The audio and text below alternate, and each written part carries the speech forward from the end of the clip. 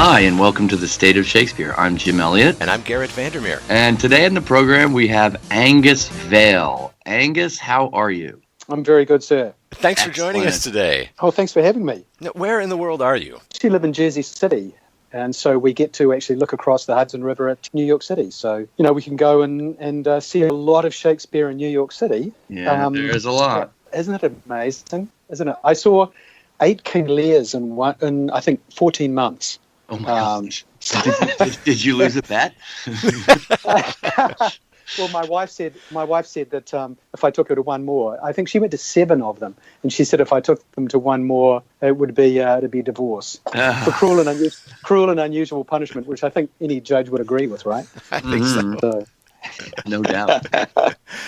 So Angus is great because Angus, I believe you manage the rock band Kiss. Is that true? No, I look after the business office for KISS. Yeah. I started with looking after INXS in Australia, and then moved to America. And started with KISS in 1995. So I've been with them for 23 years. So I don't know what that says about my mental health, but I would say you have to be pretty mentally healthy to be able to do this, right? Or not. Yeah, or not, right. Yeah, of interest to the State of Shakespeare is you've got a really cool project going on. Well, I think so. It's being referred to as the Container Globe. Is that correct? It is. It's exactly what it is. It's really it's a reimagining of, the 1599, the original globe, Shakespeare's original globe, but built with repurposed shipping containers as the sort of main building unit. So it's going to be pretty much the same playing proportions and size, and obviously it's made out of steel and scaffolding and rather than plaster and oak and thatch. But the idea is really that it's going to provide pretty much the same playing space, that same sort of intimate playing space atmosphere. The whole thing that makes that globe environment special, and because I can't afford to spend $40 million on that it would cost to build a wooden globe, and also our globe is because it's made of shipping containers, we can pick it up and move it around. I was going to say it's portable. Yeah, I mean it's not like a circus tent which you can throw down, and it's not a Cirque du Soleil that you can move every week, but it is movable.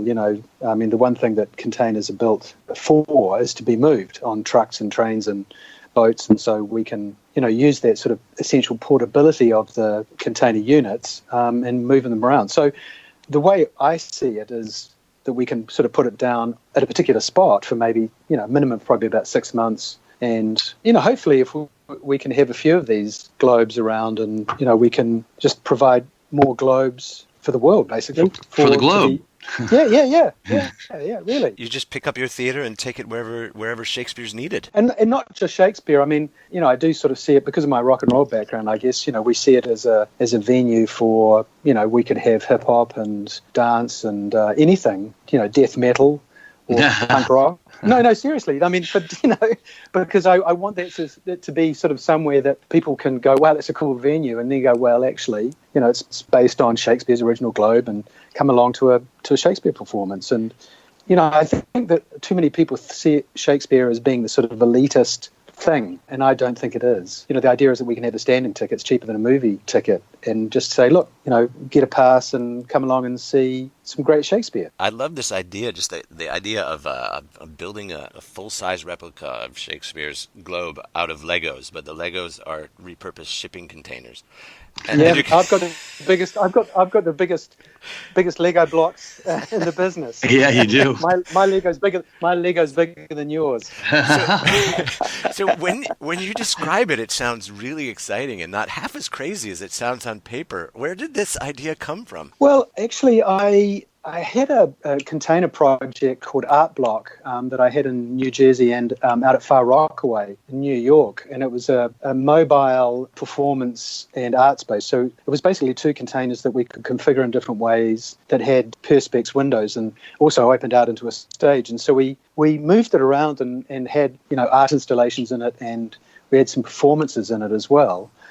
I went to the Globe. I love the Globe in London, and I was in one of the lower galleries, and it was sort of, when you look around the bays at the London Globe, I thought, oh wow, this is sort of the headspace and the whole sort of thing about it. I thought, wow, wonder if you could do this with containers. And then it turned out, and the other thing was that then when I learned that the London stage, I think the London Globe stage is about 43 foot wide. So I thought, well, that's a 40-foot container, one of the bigger ones. Mm-hmm. And then it turns out that if you get a row of, the smaller 20-foot containers, you arrange them in a semicircle, and 9 of them in a semicircle is pretty much exactly the same radius as the London Globe. So it just seems that, I don't know why, the dark gods of theatre have ordained it that containers, we don't even have to cut them up and mess around with them. We can just arrange them in that 40-foot container and the row of 9 20-foots. And it turns out to be that classic globe dimensions. So it's like a golden ratio. Kind of, yeah. We'll post this picture on our website. You sent us a picture of a prototype, which is set up, where is it, in Detroit? It's in Highland Park, Detroit, which technically is its own little city within Detroit. But so we're doing it there because, obviously Detroit's good at building metal things, and it's sort of you know what I mean? Yeah. And the land, and the land's available, and there's a sort of support for it there. In New York City, it would be, there's so many theatres and so many Shakespeare companies, but in Detroit, people are so excited about it that we're really getting a lot of support, local support. So in the process of bringing this crazy, wonderful idea to life, there must have been moments when you thought, well, it seemed like a good idea at the time, but now this unforeseen challenge is really making it seem impossible, and maybe we shouldn't. Have there been any of those moments? Garrett, he works with KISS. There's nothing like Yes. But the difference is that KISS can throw money at any problem, but I can't. But there is a bit of that, actually. I mean, we've had some interesting times with KISS on the road. And, one of the things is you can always fix stuff. And there's been, to be honest, there's been lots and lots of times where I've just gone, why the hell did I even think of this damn thing? And, there've been problems, and, people are always saying, well, when is this going to be ready? And every time I sort of think of a timeline, then something goes wrong. Like we had a driver who drove one of the containers when he was delivering it into a bridge at 60 miles an hour and created a instant sculpture. Yeah. didn't kill anybody, but so not to press you on this, but do you have a finished date where you think you might be able to put in some plays? Oh, I think so. I mean, what I'd love to do is, we have enough containers for 2 levels now, and we'll start work reasonably soon, over the winter on the tiring house and the musicians gallery and the backstage containers. We'll start slow and see where it goes. And the other thing that's interesting to me is that when you do something like this, other people come with their own ideas, and the London Globe have actually been very, very supportive. They've been involved right from the beginning, actually, when they started hatching the idea and presented it at a Shakespeare conference here. And they've been really, really supportive, really interested at every step and provided advice and guidance and, actually the measurements of their globe to help me along. So it's been great. So they're seeing it as a potential venue for themselves as well. And especially after they did their Hamlet, Globe to Globe tour, where they took Hamlet to, 200 countries around the world, they have a real sort of commando force of actors that are well versed in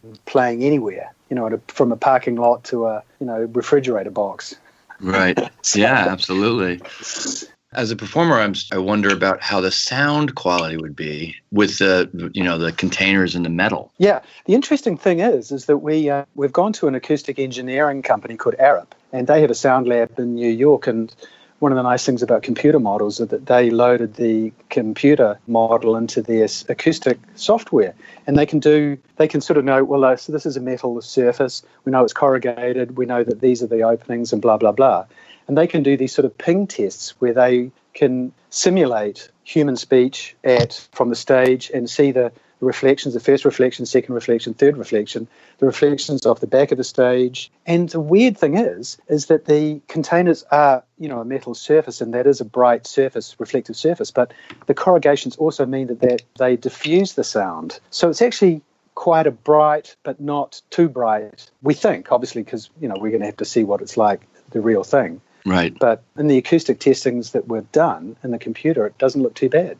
We're also thinking we can put curtains in the back of the containers to absorb some of the sound, and there's tons of surfaces that we can hang off the front of the containers or modify the sound. So there's a ton of different things you can do nowadays. It's actually kind of interesting. It's just such a cool idea. I mean, I just picture, it used to be the traveling circus, like you mentioned, that comes to town. But I love the picture of like the container globe rolling into town and people coming and watching it get set up and then coming to see the shows as it goes on.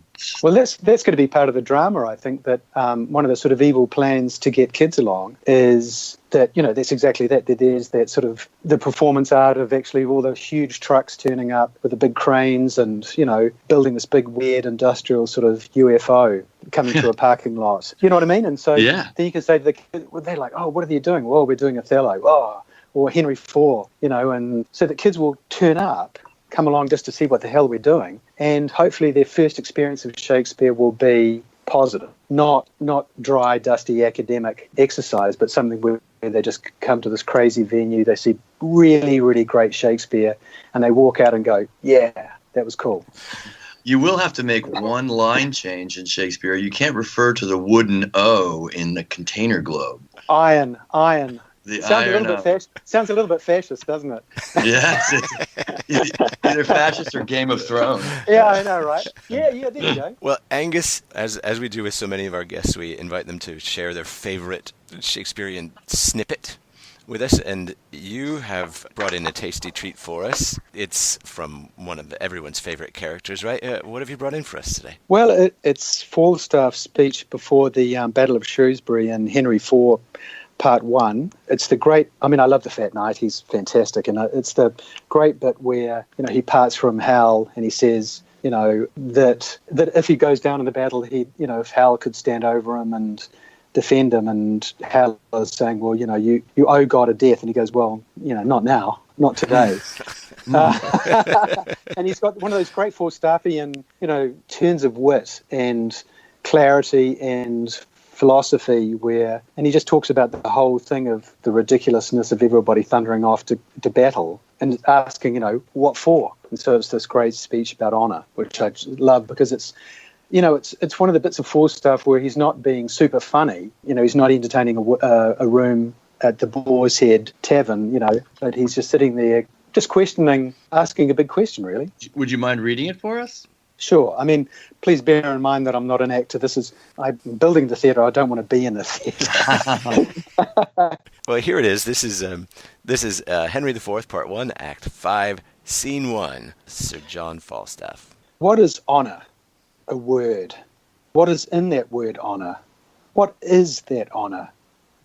Air. A trim reckoning. Who hath it? He that died a Wednesday? Doth he feel it? No. Doth he hear it? No. 'Tis insensible then. Yea, to the dead. But will it not live on with the living? No. Why? Detraction will not suffer it. Therefore I'll none of it. Honour is a mere scutcheon, and so ends my catechism. Done badly, but... Oh, please. We won't go into that. I love it.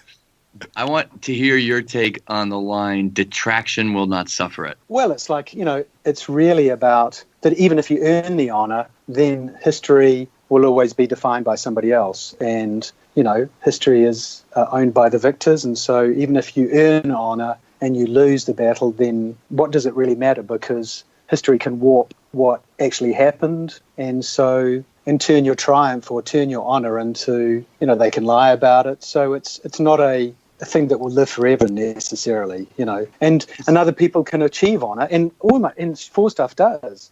He claims to have killed Hotspur, so he sort of achieves honour without actually earning it. Right. So that's the sort of flip. That's the sort of flip side of it. So what is it really? And I love it that he says it's a mere scutcheon, which is just really a thing that you can put on the side of a building or engrave into a gravestone. But what is it really? What does it matter? And then there's nothing permanent in the universe. So even if it's engraved on a gravestone, that gravestone will wear away, or somebody will erase it, or history will be defined in another way. So, yeah, it's interesting. And for one brief moment, until time and the elements reduce it to rust and dust from which it came, there will be somewhere in the world, and maybe somewheres in the world, a beautiful, transcendent container globe for all of the world to enjoy. That's more tangible than honor, that's for sure. Yeah.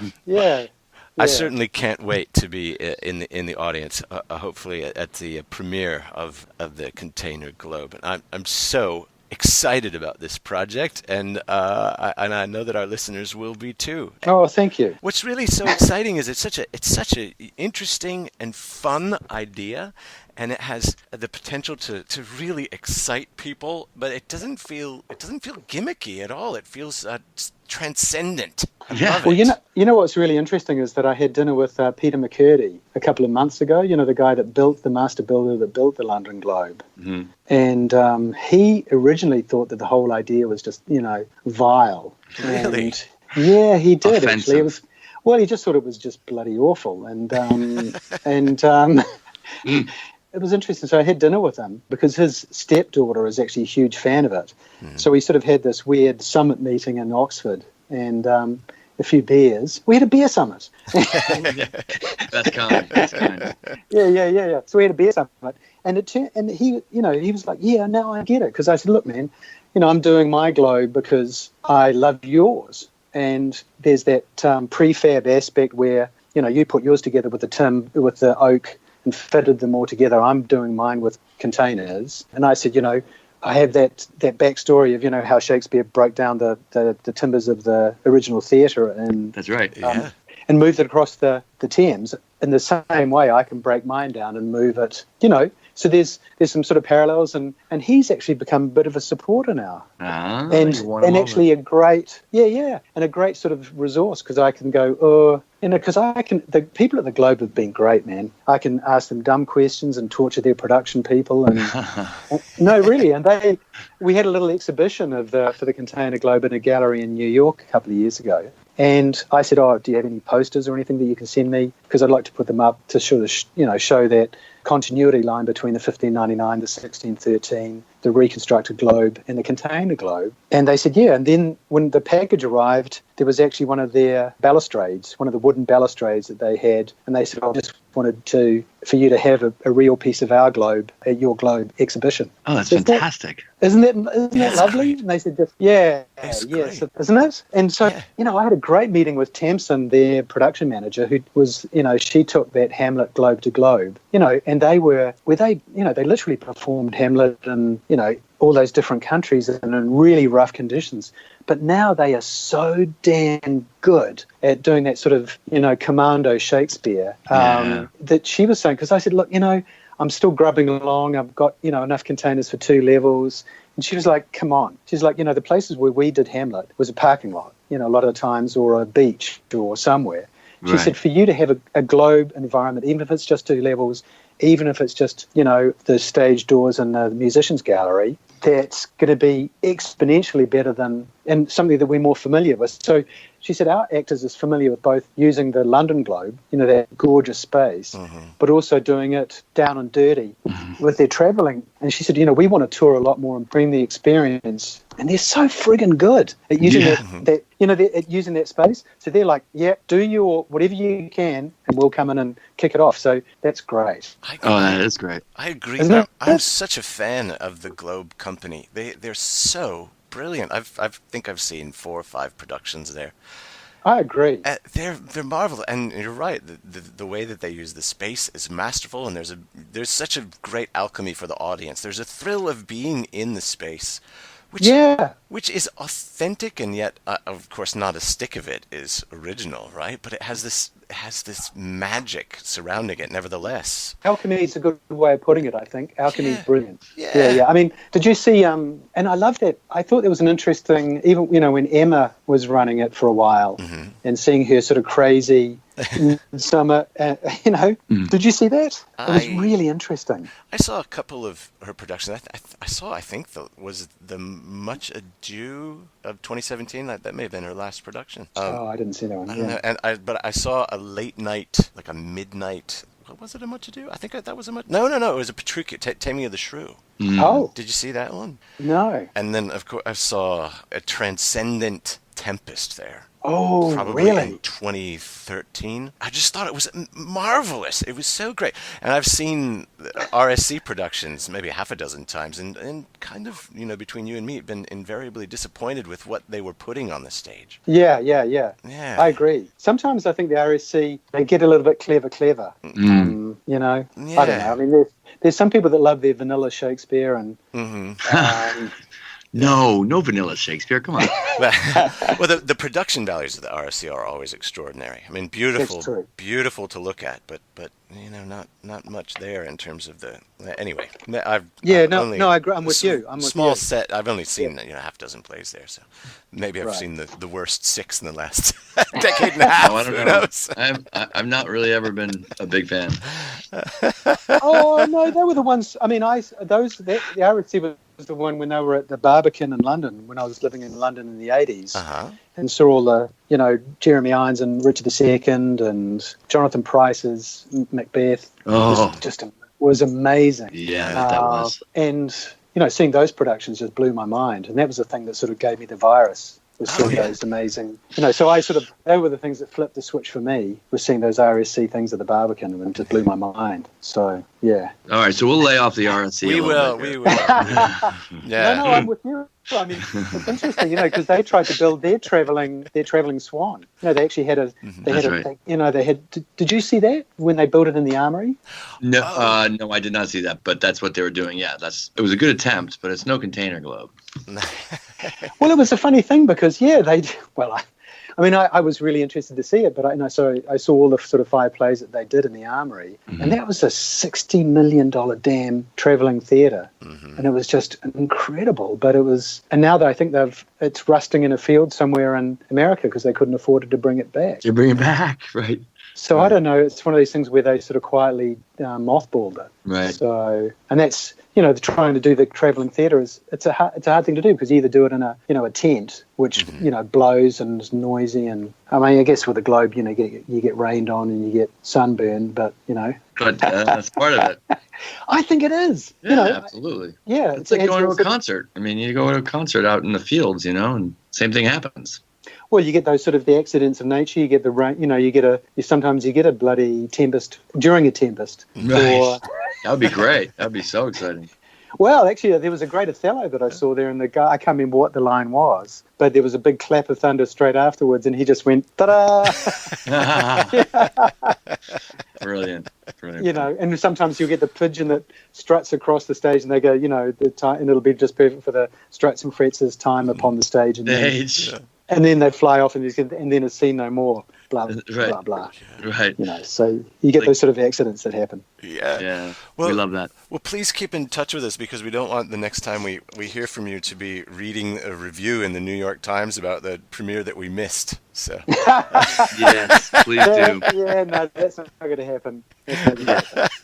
Cool. All right. Great talking to you, Angus. Thanks, Jen. All right. Thanks, Angus. Cheers. Hey, thanks for having me. Okay. Oh, it's delightful. Our pleasure. Our pleasure. Angus, thank you so much for joining us today. Oh, thanks so much, gentlemen, for having me, guys. I'm Garrett Vandermeer. And I'm Jim Elliott. And thank you for listening to The State of Shakespeare. Thanks for joining us for the State of Shakespeare podcast. We invite you to visit stateofshakespeare.com for more episodes, information about each of our guests, and the Shakespeare text you heard on the program, and much more. And we welcome you to join the discussion by liking us on Facebook. That's www.stateofshakespeare.com. Thanks for listening.